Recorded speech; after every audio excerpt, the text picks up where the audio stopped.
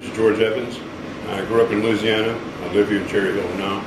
My final rank in the Navy was Chief Warrant Officer, W4.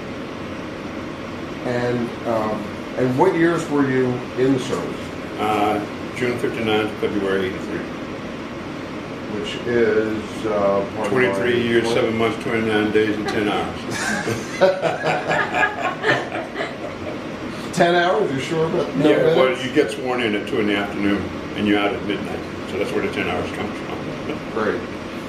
So, and for instance, 29 days. Strangely enough, all enlisted people are discharged on the 30th of the month. I mean, retired on the 30th of the month. Officers are retired on the 1st of the month. So that's where the 29 days come from. Great. So, can you tell us a little bit about your life before service? Yeah. Life before the service was pretty much non-existent. You're talking Louisiana in the 40s and 50s.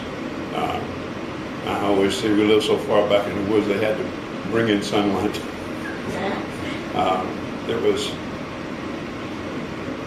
basically, as a kid, obviously I thought it was a good life. I had no idea what it was until I grew up and left. The town I grew up in had a population of about 400 people, and it's even less now. Had one traffic light, and 2 cotton gins, and a post office, and 2 stores, and that was about it. Went to school in the parish seat or county seat, as you know, which was about 9 miles away. So busing was, when people think busing is something new, everybody was bused back in those days. I mean, the town wasn't big enough to have a school. So then what made you want to go into the service? Believe it or not, when I was a kid growing up during World War II, I mean, the military was the thing. There was an army base nearby, Fort Polk, so you always saw soldiers around. And even back in the Bible, there were soldiers. I mean, it seemed like the thing to do. But you ended up in the Navy. Yeah. Well, that's interesting. I had taken the. I'd gone down with a buddy of mine who was talking about joining the Army. The Navy, and we just took the test, and we were 16 years or so, and I had gotten into a fight with a kid who later became my brother-in-law, and I decided if I don't get out of town, somebody's going to get hurt, and it's not going to be me. So I went down. I was going to join the Air Force. The Air Force recruiter wasn't there. I just went right across the hall and joined the Navy. I escaped into the Navy. So after you enlisted and went where for boot camp? Well, I enlisted June 59. I went to boot camp. Basically, the 2nd of June. The 3rd of June, I was in San Diego at boot camp. And boot camp, I think at the time, was 9 weeks long. I got out of boot camp in mid-August of 59. And from there, I went to Treasure Island. And I thought Treasure Island was just something from a story, but it's an actual island in San Francisco Bay. And that's where the World's Fair was held. I think it was 1939, something like that. It's the connection point between the bridges that go from San Francisco to Oakland. Sure, there's an island, there's a landmass there. Treasure Island is part of that landmass. Lots of people know it as Iberia Island. And it's a Navy facility? It was until recently. It was. I suppose that during World War II it had guns in it and it was heavily defended, something like that, because it was the entrance for San Francisco Bay. But when I went there, it was a school command, electronic school, radar school, that kind of stuff. So is that the job you were trained for? No, I flunked out of school in the 3rd week. But I went to sea, and about the first day out there, I realized chipping paint on deck in the cold wind and rain is not the way to go. So I started talking to this guy that worked in a little room right near where I was working, and I used to talk to him all the time. I had put in a request to go to a sonar group because they seemed to be easy job and they had clean clothes all the time.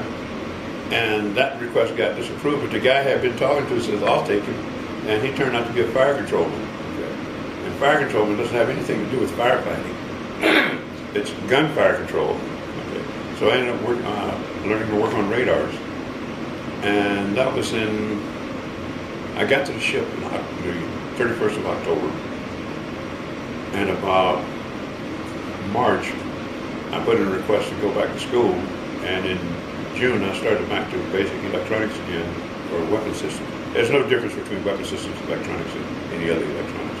19 weeks of basic electronics. I went to advanced schools. That was radars, computers, and that kind of thing.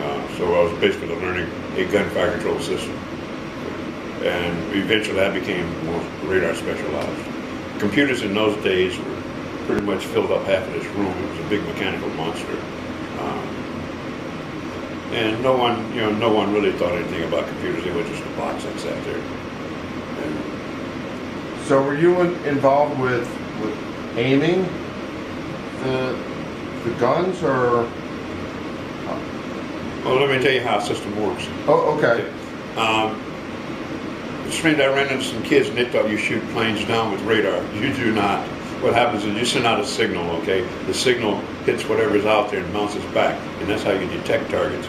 Okay, from that target detection, once you get two radar hits on the target, okay, you know just about everything there is to know about it. You know exactly where it's located, what the direction of travel is. Once you know that, you can predict where the target is going to be.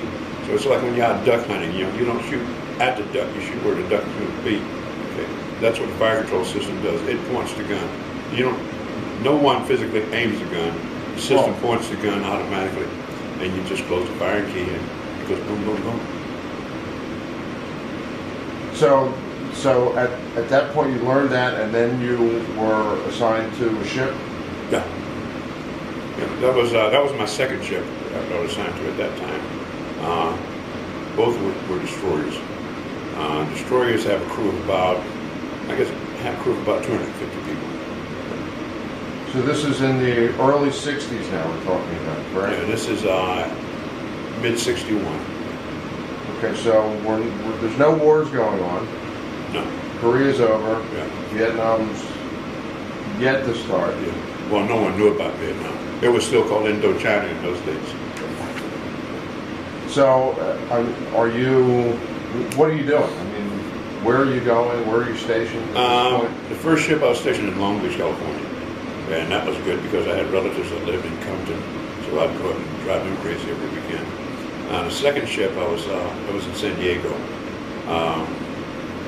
And I just did what all the other kids did, I just hung around. As a matter of fact, most of the time, I went up to Compton on weekends because it was only 125 miles. Just catch the bus on Friday and go up and come back on Sunday. Just hanging out and doing nothing, being useless. Drinking beer illegally and all that stuff. But it sounds like you're enjoying it. Oh, hey, I was the kind of sailor that every sailor thinks he's going to be. So by that, I think you're telling me you're not married at this point. Oh no, in '61 I was 19 years old. Not even thinking about getting married. As a matter of fact, I did get engaged, but she was in the Navy too, and she got sent to Pensacola, Florida, and I was in San Diego, and we just decided that it's not a practical thing to do. So after we broke up, I came back and re-enlisted. I put in a request to re-enlist, and they disapproved my request. And I said, why? I said, well, you're just doing this to get even with your girlfriend. I go, are you out of your mind? I was like, going to get even with her? Well, you never listen to us when we try to talk to you about re-enlistment. No, I don't need a re-enlistment speech. I came in to do 20.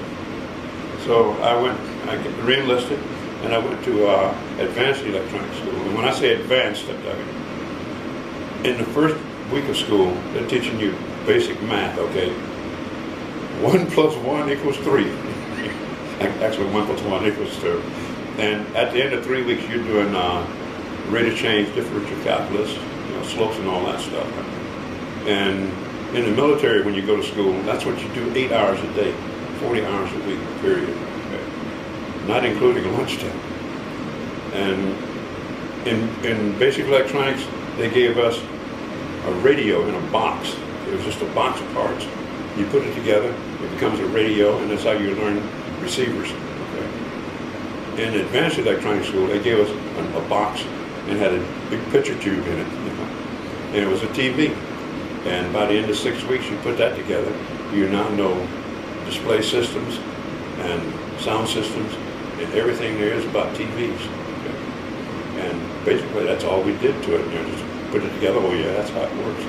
So instead of just including learning basic theory or advanced theory, you learn practical application. Basically, we come out of that school being junior engineers.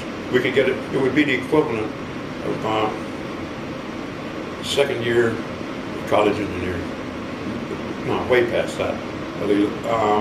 When I retired, I came here and I was going to school, and I think in 6 weeks in electronics school, we covered what we did in the first week in the Navy. You go there to learn something, you learn that. Yeah.